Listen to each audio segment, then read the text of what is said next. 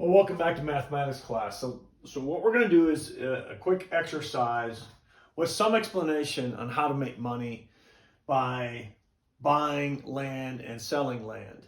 This is also known as an introduction to subplat or subdivide land.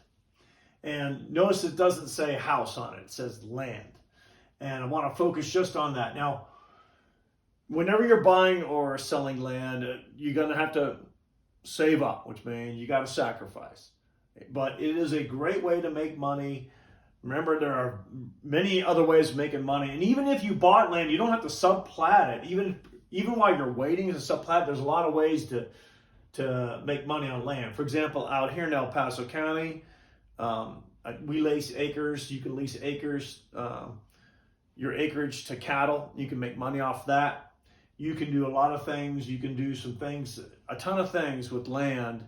There's literally many, many ways of making money on your land. The idea, though, is in this case just to focus on what if you wanted to sell your land and you wanted to kind of do what the banks do, which is they take a piece of land, they subplat it after about a few years, and then what they do is they sell all of it at maybe sometimes 10 to 20 times the price. That's how they make money off of selling land. You can do that too. Now, there's a couple things you need to do. We're going to get into them, like I said, a very quick example, but I want to give you an idea how to do this. All right? First thing you want to do is study your market. Don't just look at the prices on some of these things like Century 21 Real Estate, or just don't look at, Trulia or aggregate kind of websites. Study actually the master plan. There is a master plan in your area. For example, El Paso County approved of a master plan in 2021. People were on the planning commission. They were just civilian people, just people at large. They got on the planning commission, and they actually approved of certain areas that land would be classified as. If you get on there and you study that, you'll see where the priorities are at right now, the priorities for growth, the priorities for roads, the priorities for schools, the priorities for shopping malls, priorities for commercial estate. It's not just haphazard. It actually gets approved and they follow a master plan. And then the planning commission sometimes actually approves of other projects that are outside the master plan.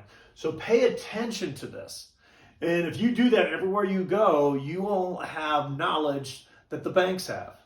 And sometimes you'll have more knowledge than them. And by doing that, you get to see what is doable. Typically, what people will do is buy land that's sort of outside of the built-up areas, because the built-up areas are already priced in.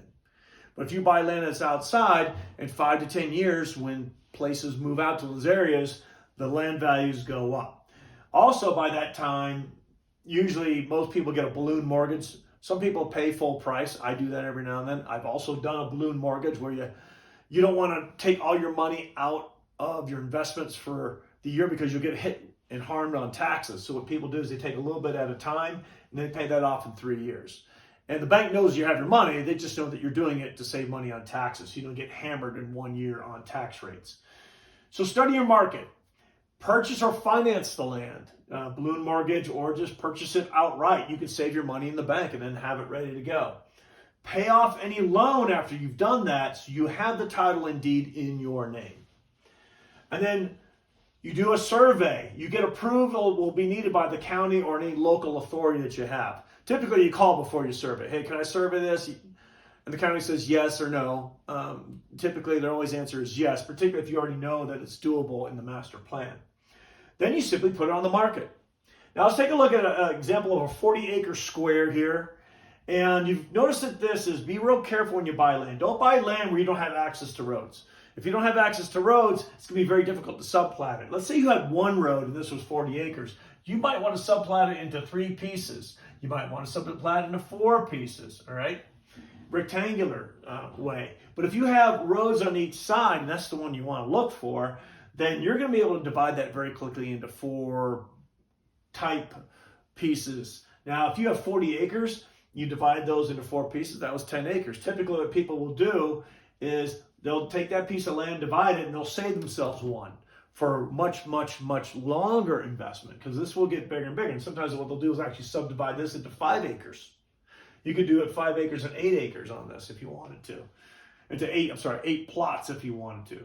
Now, let's say this. Here's the question I want you guys to figure out. You got two questions. One, if the original price was $80,000 when you bought the 40 acres. First question, what was the original price per acre? Show me your math. Now, number two, it's an easier question. You want to know how much money you could make if you later on did something with it. So here's the one. If you subplatted it into four 10-acre plots, and you kept 10 acres, and you kept one of the plots to say, I'm going to keep that for later for future use or future marketing, and you sold the other three at $4,000 per acre, how much would you gross in profit? In other words, don't tell me, don't subtract your survey costs, don't subtract your tax costs, don't subtract your financing. That's net profit. And I just want to get used to the term gross. Gross profit means what you got out of that transaction.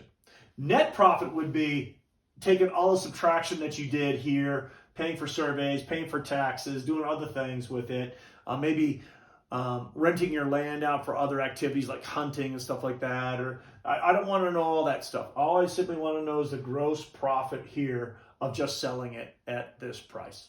See you on the high ground.